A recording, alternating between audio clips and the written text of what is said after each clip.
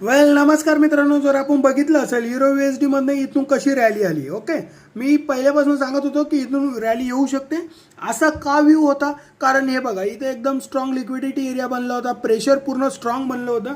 कोणत्या एरियापासून? 1.14 पासून, राईट. 1.14 पासून मार्केट आलं, जसं मार्केट टॅप झालं बघा, तुम्ही इथं कन्सल्टेट करत होतं. मी इथपासून सांगत होतो की इथं रॅली बनू शकते, रॅली बनू शकते, रॅली बनू शकते. एक्झॅक्ट तेच झालं. तुम्ही बघू शकता इथून रॅली मारली, म्हणजे मार्केटने डिस्ट्रीब्युशन मारलं. ओके, आता जसं डिस्ट्रीब्युशन मारलं, याला ब्रेकआउट केलं. ब्रेकआउट नंतर परत एकदा दुसरी कॅन्डल टेस्ट करायला आली.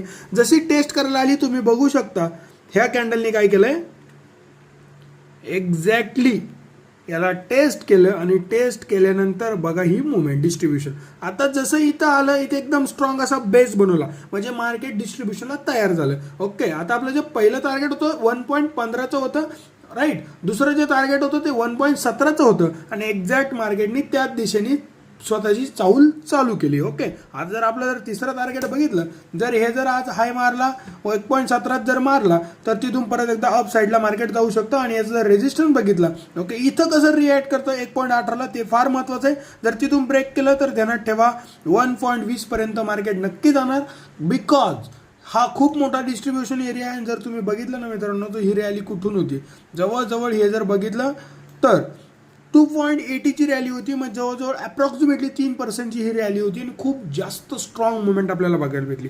असेच व्हिडिओ, असंच नॉलेज जर तुम्हाला बघायचं असेल तर ओंकार एजला नक्की सबस्क्राईब करा. आणि प्रत्येक व्हिडिओमध्ये तुम्हाला नॉलेज भेटतं, प्रत्येक व्हिडिओमध्ये एकदम चांगला व्ह्यू भेटतो आणि प्रत्येक व्हिडिओमध्ये तुम्हाला कळतं सपोर्ट रेजिस्टन्स कुठं आहे आणि प्रत्येक व्हिडिओमध्ये तुमची सायकोलॉजी क्लिअर होते. Thank you so much.